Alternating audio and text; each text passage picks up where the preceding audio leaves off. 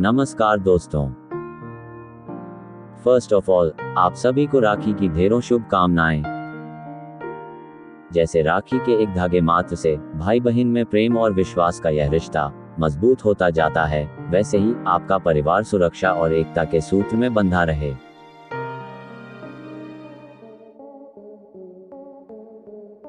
दोस्तों, यह तो हम सभी जानते हैं कि साइंस और टेक्नोलॉजी से हमारा क्या रिश्ता है। बहुत सारी चीजों को आसान बना दिया है इसने। कबूतरों से संदेश भेजने से लेकर चिट्ठी पत्री तक, और डाक तार से लेकर स्मार्टफोन तक। स्मार्टफोन का आविष्कार क्या हुआ, मानो हमारे हाथ अलादीन का चिराग लग गया हो।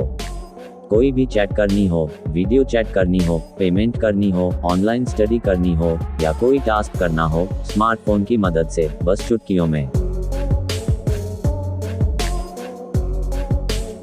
मगर स्मार्टफोन्स के ओवर यूज और डिपेंडेंसी ने हम सभी को मोबाइल का आदी बना दिया है।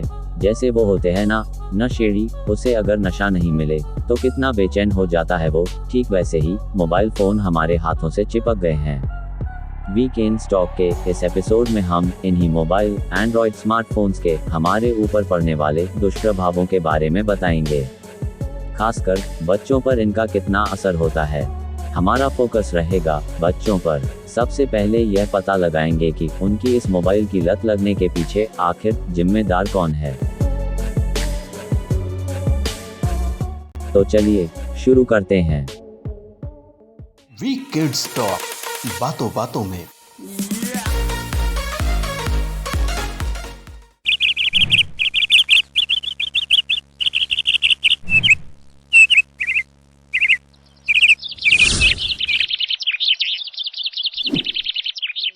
दोस्तों, हम सब ये बात तो अच्छी तरह से जानते हैं कि जब बच्चा पहली बार कुछ बोलता है, सीखता है, तो वो मम्मी, पापा, बाबा जैसे शब्द बोलता है। बच्चों का मन और मस्तिष्क कोरे कागज की तरह होता है। आप जो कुछ भी करोगे वो उसकी आदतों, स्वभाव, बोलचाल में बिल्कुल साफ साफ दिखाई देगा। जब बच्चे का दिमागी विकास हो रहा होता है तो उसमें ज़्यादा से ज़्यादा बातें सीखने, जानने, समझने की ललक बढ़ती जाती है। इसी वजह से बच्चे हमसे अनेकों प्रश्न करते हैं, एक ही बात को बार बार रिपीट भी करते हैं और जिद भी करते हैं। हम बड़े लोग होने के नाते, जिम्मेदार होने के बावजूद हमारा धीरे जवाब दे जाता है। फिर हम क्या करते हैं, आगे बताऊंगा। बच्चे बहुत एक्टिव होते हैं। घर में दिन भर मस्ती, धमाल चौकड़ी, हाय तौबा मचाते रहते हैं। इससे भी हम परेशान हो जाते हैं। बच्चे गली मोहल्ले में आउटडोर गेम्स और एक्टिविटीज़ में खासी रुचि रखते हैं। इससे न केवल उनके शारीरिक विकास होता है बल्कि उनकी बौद्धिक और तार्किक क्षमता भी विकसित होती है। फिर अगर बच्चा हमारी आशा से ज़्यादा समय तक बाहर खेलकूद करे तो भी हमारी भौहें थम जाती हैं। फिर हम क्या करते हैं, बच्चों को मोबाइल की तरफ धकेलने लगते हैं। एक बात स्पष्ट कर देना चाहता हूँ कि अगर बच्चों को मोबाइल के अलावा और कुछ दिखाई नहीं दे रहा है तो इसके लिए सिर्फ और सिर्फ हम लोग ही जिम्मेदार हैं। जब आप पहली बार बच्चे को मोबाइल देते हो या वो आपके पास देखता है तो बड़े आश्चर्य से मोबाइल को निहारता है। अब होता यह है कि हम बच्चों को कुछ सिखाने के चक्कर में मोबाइल बच्चे के हाथ में देना शुरू कर देते हैं। कभी तो ये भी होता है कि जब बच्चा ज़्यादा रो रहा हो या ज़िद कर रहा हो या आप खुद सुकून से कुछ इम्पोर्टेंट काम करना चाहते हो तो भी बच्चों को हम मोबाइल देकर बहलाने की कोशिश करते हैं। अभी बच्चे को खुशी से झूमते हुए देखकर हम भी खुशी से झूम उठते हैं। बात अभी इतनी आगे बढ़ी नहीं होती है, बच्चा आपके कहते ही मोबाइल छोड़ देता है। लेकिन समय के साथ साथ बच्चा मोबाइल का एक्सपर्ट बन जाता है। इस स्थिति में वह आसानी से मोबाइल छोड़ने को तैयार ही नहीं होता। अब तो आपको मोबाइल से कोई काम हो, मोबाइल बच्चे से छीनना मानो नाक तले चने दबाना। यूँ मानो अब मोबाइल ही उसकी दुनिया बन गई हो। घंटों मोबाइल पर आंखें गड़ाए रहेगा। आउटडोर एक्टिविटीज़, गेम्स सब बंद कर देगा। न आपसे कोई प्रश्न पूछेगा, न आपके साथ खेलेगा, न आपसे कोई हट करेगा।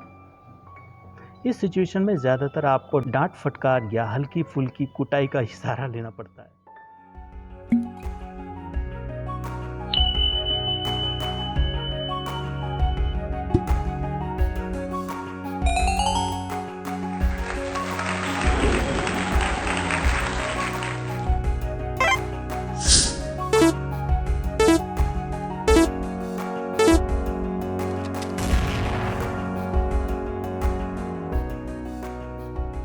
और अब हालात इतने विकट हो जाते हैं कि बच्चे के लिए मोबाइल में दिखाई देने वाले हिंसक एक्शन, आपराधिक मारधाड़ वाली विषय वस्तु को प्रैक्टिकल भी करते हैं। उनके द्वारा देखे गए एक एक दृश्य की हूबहू नकल करने की कोशिश करते हैं। साफ है, बात बिल्कुल हमारे हाथ से निकल चुकी होती है।